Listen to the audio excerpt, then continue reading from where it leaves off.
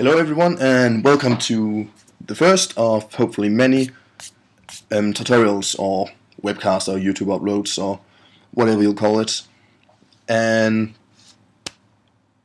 at this point I'll be doing an introduction about programming with Objective-C, targeting the iOS devices mainly.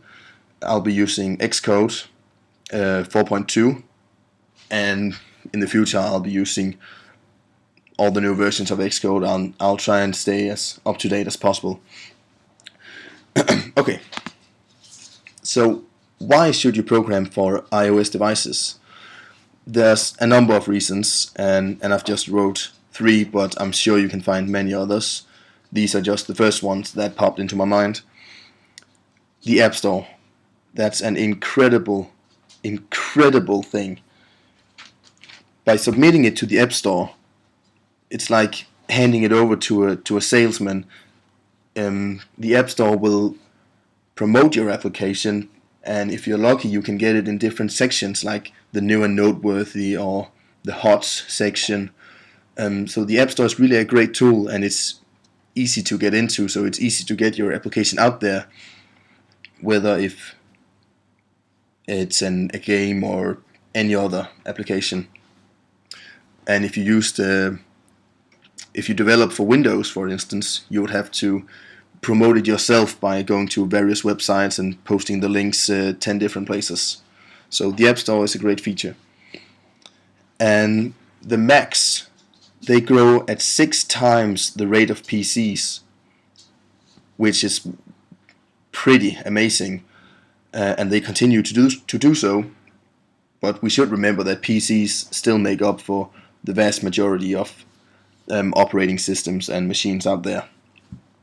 And the community within iOS development, and the official Apple Developers Forum is a great place, and there are numerous others, Stack Overflow and Classroom.com. There's a lot, and everyone seems friendly, or at least everyone I've met, and they are willing to give out any information or answers they can give. So don't feel stupid, just go ahead and ask. Now this is the share of operating systems, and this is from August 2011. And as you can see here, that's the Windows XP, Windows 7, Vista, Mac OS X, iOS devices, and Linux. Now iOS devices is listed here because that's what's relevant here. And as you can see, Windows still make up for the vast majority, but Mac OS is climbing, and next year or in 2013, I believe that Mac OS X it'll have topped Vista for sure. And iOS devices, that's almost half if you compare to the Mac OS, and that's a lot of devices. So by developing for iOS devices, even though this makes iOS devices seem small, it's actually pretty big.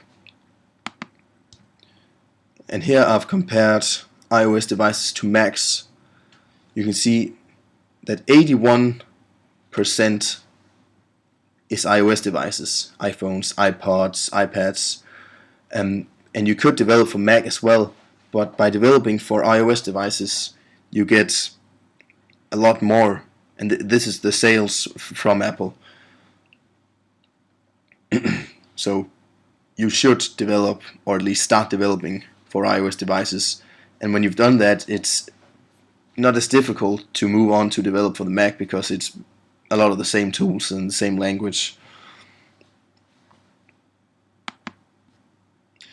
This is what to expect when you start out. Let's say you have no experience whatsoever, like I mean myself, I had absolutely no experience when I came to this. So you need to be able to put in hours, but it doesn't mean you have to put in 5-10 hours a day. I mean, sometimes I put in 1, maybe 2 hours a day, sometimes none. It varies, but as long as you know that it's going to take time, you can't learn this all in one day. So be willing to spend some hours, but don't pressure yourself. Just take the time you need and learn at your own pace. Dedication. That's also important, because when you start learning the language, you might feel like you're not creating anything. You're just writing in lots of meaningless lines of code.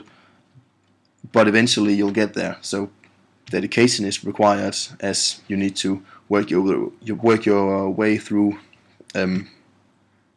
a lot of different steps before you get to the real developing. And obviously you need to learn how to program, at least if you don't have a dedicated programmer for you, but it's really recommended that you learn to program.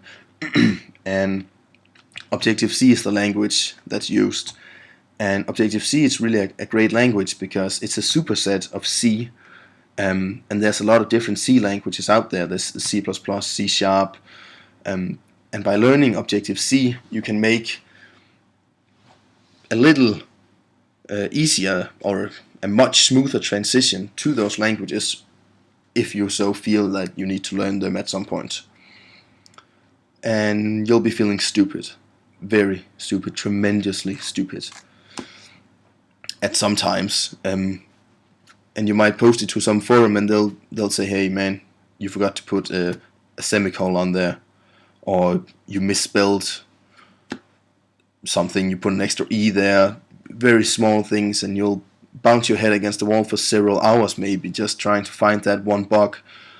So don't be afraid to feel stupid, and when you do, just say to yourself that everyone else has been there. And yeah, obviously you need to learn the programming language and the tools. The tools are mainly Xcode. It's pretty much the only one I use. I use some image editing applications as well. I use Pixelmator to specify the pixels of my images and create my own backgrounds. But the main tool is Xcode, and you'll get lots of rewards on your way through. Maybe when you're learning Objective-C, you'll develop a huge program that took you hours to make and was filled of bugs. But when you get there, it's like finding a treasure. So just stick with it and work your way through all the processes, and you'll get to the rewards, I promise. And there's some pros and cons, of course. I've just listed some that popped into my mind. And we have the pros. The App Store is a great pro. The tools, great tools. Updates, lots and lots of updates to both the tools, the devices. There's great community, and there's something called the Apple documentation, and pretty much whatever book you buy will tell you about it. So just go ahead and get familiar with it when the book tells you to, because you can't develop without it. And it's in growth. It's growing at a huge pace, as I mentioned before. Excuse me. The iPhones are being sold at a higher and higher rates. The iPhone 4 makes up for about half of all the iPhones sold. So it's a big market, and it's getting bigger. And there's some cons as well. You got to stay on top. You need to develop for the new devices, and sometimes you develop for the new devices and you can't develop for older devices. And there'll be lots of updates. You need to adapt to those updates. They might remove some things, add some things, and you really got to know what these updates are. So you've got to stay on top. Pretty much, you don't have to stay on top 100% and use all the new tools, but I'd recommend using at least the newest Xcode and getting familiar with that. And some say it's a locked system, Mac OS and the iOS devices. It's not like Windows, where you can do pretty much anything, where you can make an application that'll blow up the computer. It's a little more locked, but since it's a little more locked, but to me it's not an issue at all. I hardly notice it. I really don't notice it at all.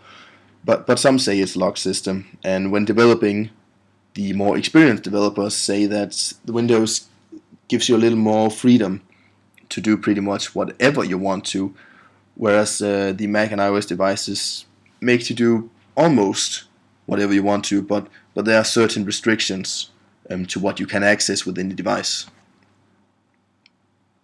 You need a Mac. Obviously, you need a Mac. You can't develop this on the Windows, and that's a con as well, because say you have a Windows, then you need to go and invest in a Mac first. You can't just develop applications for the Windows and put it on your iPhone. I've heard about some workarounds, but I wouldn't start messing around in that area. I would get a Mac, and you don't have to go and buy a top model Mac.